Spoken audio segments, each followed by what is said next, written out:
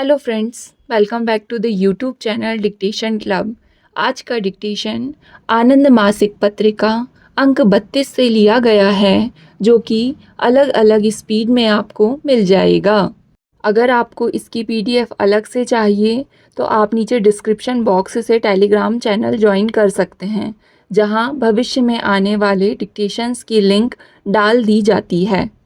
साथ ही चैनल में आपको अन्य प्लेलिस्ट मिल जाएगी, जिसकी लिंक आपको डिस्क्रिप्शन बॉक्स में मिल जाएगी, जैसे रामधारी गुप्ता खंड 1, रामधारी गुप्ता खंड 2, न्यूज़पेपर डिक्टेशन, आनंद मासिक पत्रिका के विभिन्न अंक, जो कि अभी कुछ अंक कंप्लीट हो चुके हैं। इसके अलावा आउटलाइन के शॉर्ट्स भी मिल जाएंगे। तो ज़्यादा समय ना लेते हुए डिक्टेशन स्टार्ट करते हैं 5 सेकंड के बाद।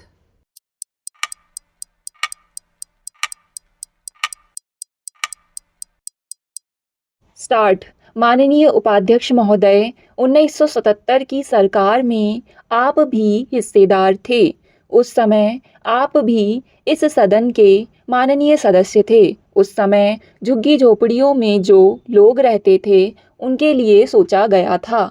उन पर माननीय शहरी विकास राज्य मंत्री जी बैठे हैं। उन्हें अच्छी तरह से ज्ञात है कि 1989 में झुग्गी झोपड़ी के लोगों को राशन कार्ड मुहैया कराया गया था। मैं यहाँ उल्लेख करना चाहता हूँ कि जिस प्रकार से अनधिकृत कॉलोनीज़ के लोगों को सरकारी सुविधा उपलब्ध नहीं है, परंतु उसके विपरीत लाखों रुपए की बिजली चोरी से इन अनधिकृत कॉलोनीज़ में चली जाती हैं। उन्हें पानी मिल रहा होता है, चाहे कुछ लोगों को मिलता है कि कुछ को नहीं मिलता है, परंतु यदि इन अनधिकृत कॉलोनीज़ को नियमित कर दिया जाए तो डेसू विभाग, जो नियमित रूप से घाटे में चल रहा है, वह घाटे में नहीं जाएगा।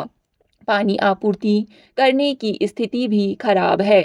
यदि 1210 अनधिकृत कॉलोनीज़ को नियमित कर दिया जाएगा तो निश्चित रूप से वह सब रुक जाएगा और दिल्ली में अनधिकृत कॉलोनीज़ में जो डेंगू जैसे रोग का प्रकोप होता है, तमाम रोग फैलते हैं, पर्यावरण की स्थिति खराब हो रही है तथा इस सदन में भी बराबर इस बारे में आवाज़ उठाई जाती रही है। इस प्रकार से इन अनधिकृत कॉलोनीज़ को नियमित कर देने से समस्याएं दूर हो जाएंगी। श्री महेंद्र यादव एडवोकेट के नेतृत्व में 49 दिन तक जो धरना चला था, उस प्रतिनिधि मंडल को प्रधानमंत्री जी ने आश्वासन दिया था कि संसद सत्र की इसी अवधि में ही सरकार द्वारा इस संबंध में महत्वपूर्ण निर्णय ले लिया जाएगा। इसी प्रकार से यहाँ पर हम उल्लेख करना चाहते हैं कि जिस प्रकार से दिल्ली महानगर परिषद के सदस्य इस डीडीए की समिति में हुआ करते थे, उनकी जगह अब दिल्ली राजधानी के लिए जो संशोधन विधेयक आया है, इसका हम जोरदार समर्थन करते हैं। लेकिन वहीं पर यह भी मांग करना चाहते हैं कि सरकार को दिल्ली महानगर परिषद के सदस्यों का प्रतिनिधित्व भी इसमें जारी रखना चाहिए, ताकि वे भी इसमें भाग ले सकें और उनकी इसमें भागीदारी हो सके।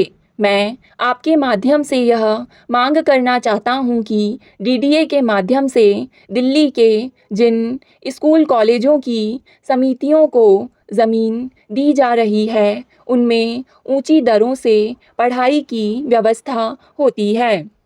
महोदय, हम अपनी स्वतंत्रता के स्वर्ण जयंती वर्ष के दौर से गुजर रहे हैं तथा इस संबंध में अनेक समारोहों के आयोजन हो रहे हैं। इस वर्ष में हमारी परमाणु परीक्षण जैसी महत्वपूर्ण उपलब्धियां भी रही हैं। हमने स्वतंत्रता संग्राम के उन लाखों आने अनजाने शहीदों को याद किया, जिनके बलिदानों से देश को स्वतंत्रता मिली। लेकिन इसके साथ ही यह विडंबना भी रही कि हम अपनी स्वतंत्रता की लड़ाई के उन योद्धाओं की खोज खबर लेना भूल गए हैं जिनमें से अनेक हमसे प्रतिवर्ष बिछुड़ते जा रहे हैं और उनकी संख्या दिन प्रतिदिन घटती जा रही है।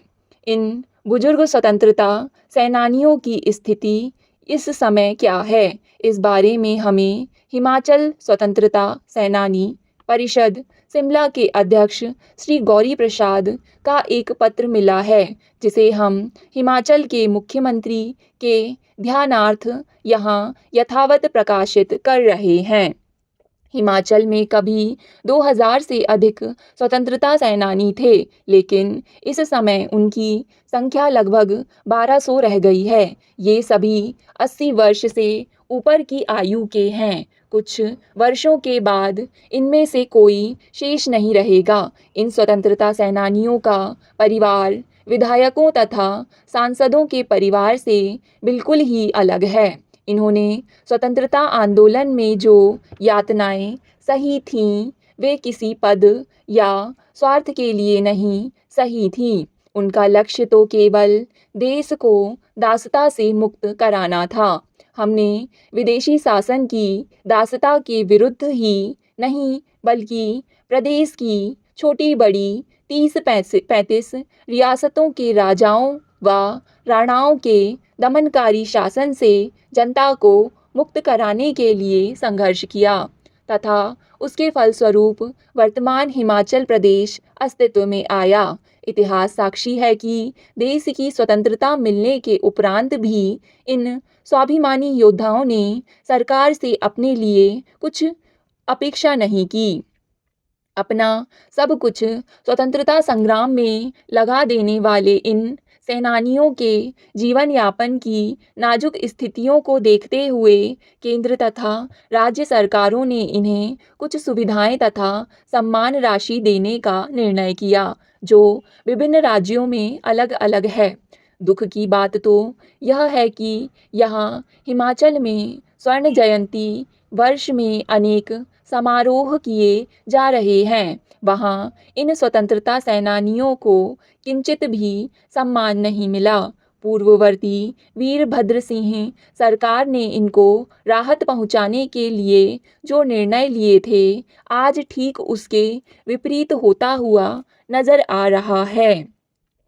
पिछले दिनों जंतर मंतर के पास इन बस्तियों के हजारों लोगों ने 49 दिन तक धरना भी दिया था। एक रोज ऐसा भी आया कि कम से कम 5000 परिवार अपने बाल बच्चों के साथ ठंड में वहां पड़े रहे।